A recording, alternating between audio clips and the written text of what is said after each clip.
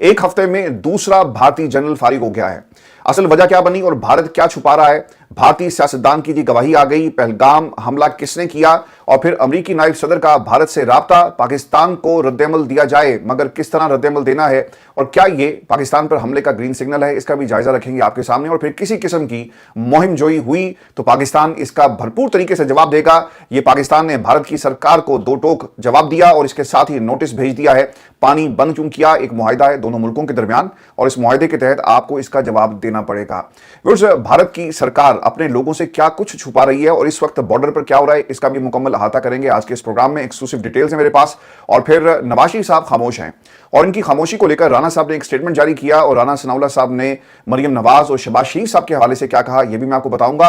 और फिर भारत के अंदर इस वक्त सख्ता तारी है, इंटरनेशनल प्लेटफॉर्म्स और इंडियन यूआरएल्स और चैनल्स इस वक्त ब्लॉक किए जा रहे हैं और इसमें पाकिस्तान के आर्मी चीफ का क्या किरदार है। और फिर व्यूअर्स, इमरान खान के वकील की एक बड़ी फतह, चीफ जस्टिस ने घुटने टेक दिए। 3 हफ्तों में क्या इमरान खान की रिहाई मुमकिन है और ये खबरें कौन बाहर निकाल रहा है, इसका भी मुकम्मल अहाता करेंगे आपके सामने आज के इस प्रोग्राम में। और पाकिस्तान की आवाम इमरान खान के बारे में खबरें क्यों सुनना चाहती है और इस वक्त नेशनल मीडिया पर क्या चल रहा है, ये भी मैं आपको बताऊंगा। और फिर व्यूअर्स, सियासी असीरों की जमानतों का मामला है। एजाज चौधरी का पहला नंबर और अगली बारी किसकी है? क्या यास्मीन राशिद को जेल से रिहा किया जाएगा? और फिर शहबाज शरीफ पर नजर रखने के लिए एक इंतहाई अहम तैनाती और इमरान खान का दरूद इब्राहिमी का विर्द, पाकिस्तान सजदों की जमीन गाने पर पाबंदी लगा दी गई। और फिर एक औरत की कहानी भी आपको सुनाएंगे जिसने भारतीय मीडिया के सामने खड़े होकर कश्मीर जिंदाबाद का नारा लगाया, तो उसे किस किस्म के सलूक का सामना करना पड़ा एक भारतीय सहाफी की तरफ से, ये भी आपको बताएंगे आज के इस प्रोग्राम में। लेकिन व्यूअर्स, सबसे अहम खबर, भारत की आवाम के सामने की तमाम खबरें किसी और एंगल में पेश की जाती हैं। वो तमाम दोस्त जो हमें भारत से सुन रहे हैं, ये उनके लिए खबर बहुत इंपॉर्टेंट है। भारत के DG defence intelligence agency lieutenant general DS Rana को उनके ओहदे से हटा दिया गया है और उन्हें साइडलाइन कर दिया गया। यह फैसला उस वक्त सामने आया जब खुफिया इदारे रॉ की फाइल्स लीक हुई, जिसमें इंकशाफ हुआ कि पहलगाम हमला मुकम्मल तौर पर भारतीय खुफिया एजेंसियों की खुद एक प्लानिंग का नतीजा है, यानी साजिश थी, फॉल्स फ्लैग ऑपरेशन था और इसका मकसद पाकिस्तान को नुकसान पहुंचाना और भारत को मुख्तलिफ मामलात में फायदा देना था। और ये leaks DG DIA lieutenant general DS Rana के दफ्तर से हुई और ऐसे वक्त में जब दोनों मुल्कों के दरमियान कशीदगी है, आप इस किस्म के स्टेप्स नहीं लेते। ये सबसे बड़ी दलील है कि ये पेपर जेन्युइन है। ये प्लान जिसके अंदर पाकिस्तान के ऊपर फॉल्स फ्लैग ऑपरेशन के जरिए एक बहाना बनाकर हमला करना मकसद था, ये दुनिया के सामने आ गया। आपने अपने लोगों से सवाल तो किया होगा ना कि यार ये आपके दफ्तर से चीजें लीक हो रही हैं तो लिहाजा हम आपको तब्दील कर रहे हैं। अगर ये वाकई बहुत काबिल ऑफिसर है, अगर आप जाकर इनके एक्स अकाउंट पर, और जो भारत की सरकार इस वक्त अपनी आवाम को बता रही है कि इनको एक बेहतर ओहदे पर भेज दिया गया, अगर ये वाकई बेहतर ओहदा था तो आप इन्हें इजाफी चार्ज भी दे सकते थे, लेकिन ऐसा नहीं हुआ।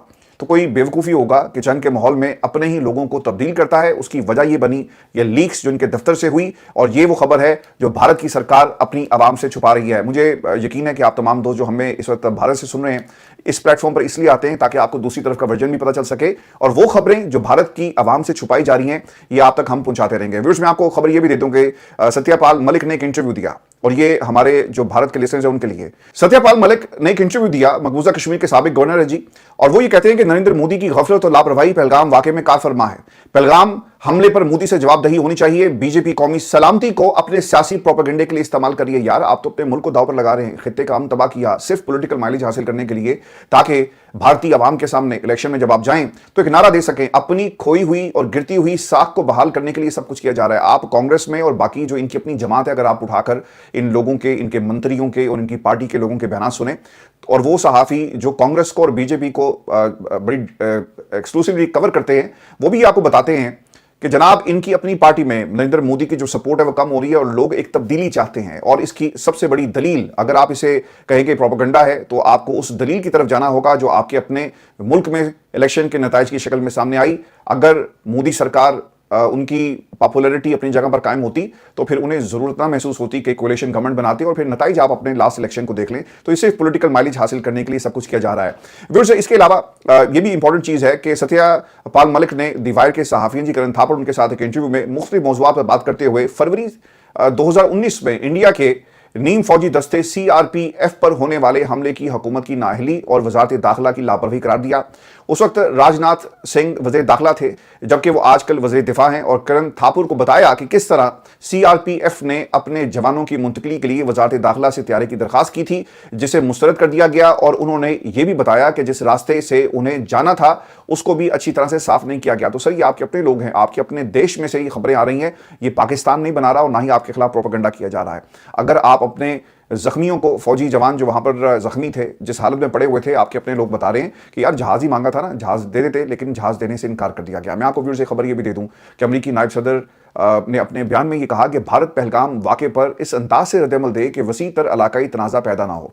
अब इसका मकसद क्या है और मतलब क्या है इस स्टेटमेंट का? बाज़ लोग ये कहते हैं कि ग्रीन सिग्नल है कि भाई तुमने अगर कुछ थोड़ा बहुत करना है तो जाकर करो, लेकिन कोशिश करना कि वसी तर जो खित्ते का अमन है ये तबाह ना हो। अब अमेरिका को ये सोचना चाहिए, और मैं जब से पाकिस्तान और भारत के दरमियान की कशीदगी शुरू हुई, और इसके अलावा अमेरिका के ओवर द ईयर्स किरदार को देखें, और ख़ास तौर पे जब हमने एक दहशतगर्द पकड़कर उनके हवाले किया, हमें फ़ोन नहीं आया। मैं बार बार ये सवाल इसलिए करता हूं कि हमारे भी लोग शहीद हुए, हमारे भी फौजी जवान उस ट्रेन के अंदर मौजूद थे, और कितनी शहादतें हमने दी। हज़ारों की तादाद में पाकिस्तान की आवाम शहादतें देती है, हमारे बच्चे शहादतें देते हैं, हमारे अवाम, उनके ख़ानदान। एक शहीद जब इस दुनिया से चला जाता है ना, वो तो चला गया, लेकिन उसके पीछे उसका ख़ानदान रोज जीता है, रोज मरता है, और ये शहादतें रोज होती हैं। तो हमें अमेरिका ने कभी फ़ोन करके नहीं कहा कि हाँ आपकी बड़ी अमन के लिए बहुत ज़्यादा आपकी कोशिशें हैं और बहुत ज़्यादा कुर्बानियाँ हैं, लेकिन आज वो अमेरिका भारत के साथ खड़ा है। तो दुनिया में जब आप बराबरी का रिश्ता चाहते हैं और जब चाहते हैं कि अमन आए, तो फिर आपको हमारे साथ भी वैसे ही सलूक करना पड़ेगा। लेकिन पाकिस्तान के ये जो फॉर्म 47 वाली हुकूमत है, शहबाज शरीफ साहब कहीं नजर नहीं आ रहे, और इनका जो पीआर ऑफिस है वो आपको कई दिनों के बाद इन्होंने एक प्रेस रिलीज जारी की। तो सर, ये फर्क है लीडरशिप का। जब हम ये कहते हैं ना कि पाकिस्तान की आवाम, पाकिस्तान की फौज और एक पेज पर हो, और पाकिस्तान की हुकूमत, ताकत कहां से मिलती है? आवाम से। आपने एक फैसला किया, आपकी पूरी पाकिस्तान की आवाम जब आपके साथ खड़ी होगी तो उस फैसले की ज्यादा आपको एफिकेसी नजर आएगी, और यही वो मुद्दा है जो हम हमेशा उठाते रहेंगे। व्यूअर्स, पाकिस्तान एक जिम्मेदार मुल्क है। अमेरिका को भी ये उम्मीद है कि पाकिस्तान तहकीकात में ताउन करेगा। ये कहना है नायब जो सदर हैं अमेरिका के, और फिर उन्होंने ये भी कहा कि दहशतगर्द को तलाश करके उनसे निपटा जाए। तो भाईजान, की दहशतगर्द इस वक्त कश्मीर के अंदर ही है, और ये इनके अपने टेलीविजन चैनल्स बता रहे हैं कि जनाब वहां पर देखा गया, नहीं यहां नहीं वहां देखा गया। और फिर कुछ अब ऐसी वीडियोस भी आ रही हैं जिसमें एक सहाफ़ी वो माइक पकड़ कर ना किसी जंगल में बैठा हुआ है, और पास से ना एक शख्स गुजरता है जिसके हाथ में गालबन AK-47 है, और पीछे से एक आवाज़ आती है कि गौर से देखें, ये है वो दहशतगर्द जो जा रहा है, और इसके पीछे जो भारतीय सेना है वो उसका ताक़ुब कर रही है। तो सर, आपको ये फॉल्स फ्लैग ऑपरेशन करने की जरूरत क्यों महसूस हो रही है? पाकिस्तान ने कभी आपके ऊपर हमला तो नहीं किया। जब भी आपने हमला किया, पाकिस्तान ने इसका जवाब दिया। सिर्फ पॉलिटिकल माइलेज हासिल करने के लिए सब कुछ जो है वो मोदी सरकार कर रही है। पाकिस्तानी सफीर सईद शेख अमेरिका में, वहां पर जो थिंक टैंक्स हैं उनसे बात हो रही है, और फिर दो जोहरी ताकतें अगर आमने सामने आई, तो अमेरिका में भी थिंक टैंक्स और उनकी गवर्नमेंट के सामने की तमाम चीजें रखी जा रही हैं कि इसके नताइज खित्ते में कितने भयानक हो सकते हैं। याद रखिएगा, जब मैं ये बात कहता हूं ना कि अगर जंग हुई तो अल्टीमेटली जो नतीजा है वो आपका जो लास्ट रिजॉर्ट होगा वो एटमी ऑप्शन है, और इसके ऊपर अब दुनिया में सलामती कौंसिल का इजलास भी बुलाए जाने की बात हो रही है। दुनिया में मिडल ईस्ट और बाकी ममालिक भी एक्टिव हो गए हैं। कतर का बहुत बड़ा रोल है। यूं आपको इस मैदान में नजर आएगा। क्यों? कि अगर ये जंग शुरू हो गई तो इसका जो एंड है वो फिर पाकिस्तान करेगा। और ये जो धमकी थी ना कि हम टैक्टिकल स्ट्राइक करेंगे तो तुम आगे बढ़कर देखो, और तुम ये समझते हो कि जंग, वहां पे आर्सेनल चेक हो रहा है ना कि किसका कितना बड़ा आर्सेनल है, कितने दिन जंग जारी रख सकते हैं। तो फिर इसका जवाब पाकिस्तान ने दिया कि टैक्टिकल स्ट्राइक्स होंगी, और हम ये स्ट्राइक करेंगे अपने इलाके में, उस इलाके में जहां पर तुम्हारी फौज होगी वहां पर हमला होगा, तो इसका एक कोलेटरल डैमेज तो होगा, लेकिन बचोगे तुम भी नहीं। तो इस जंग को रोकने के लिए ये एक धमकी जो है वो पिछले 36 घंटे तो इससे ज्यादा का वक्त हो गया, लेकिन जब से ये धमकी दी गई उसके बाद किसी किस्म की एस्केलेशन आपको नजर नहीं आ रही। हाँ, सरहद पर मशकें हो रही हैं जी। पाकिस्तान की बहरिया ने भी मशकें अपनी शुरू की हुई हैं, और 2 तारीख तक ये मशकें, यानी आज इसका आखिरी दिन है, ये मशकें जारी रहेंगी। और दूसरी तरफ बॉर्डर के जो वर्किंग बाउंड्री है वहां पर भी मशकें हो रही हैं, और दोनों तरफ से तैयारी है। लेकिन धमकी पाकिस्तान की न्यूक्लियर जो लास्ट रिजोर्ट है वो काम कर गई। ये कोई अच्छी बात नहीं है कि जंग हो, लोग मरें दोनों तरफ से, और आखिर में फिर सुलह हो जाए। आखिरकार तोपों ने खामोश तो होना है, तो क्यों ना इसका एक ऐसा हल निकाला जाए जो दोनों मुल्कों के लिए बेहतर हो सके। व्यूअर्स, आपको मैं खबर ये भी दे दूं कि आजाद कश्मीर चूंकि बहुत इंपॉर्टेंट है, उसकी असेंबली से खिताब करते हुए जो चौधरी अनवारुल हक साहब हैं वज़ीर आज़म, उन्होंने कहा कि कौमी सलामती के मामले पर हम सब यकजान हैं, और हम अफवाज पाकिस्तान के साथ चट्टान की तरह खड़े हैं, और दुश्मन का मुकाबला करने के लिए सबसे पहले खुद को मैं पेश करूंगा। ये आवाज़ें आपको आज़ाद कश्मीर से भी उठती हुई नजर आ रही हैं। ऑब्वियसली पाकिस्तान का साथ, पाकिस्तान की वो सरजमीन है, और इसके ऊपर जो जम्मू कश्मीर, जो दूसरी तरफ जो कश्मीर का हिस्सा है जहाँ पे भारतीय अफवाज इस वक्त काबिज हैं, वो भी इंशाल्लाह पाकिस्तान का हिस्सा ज़रूर बनेगा।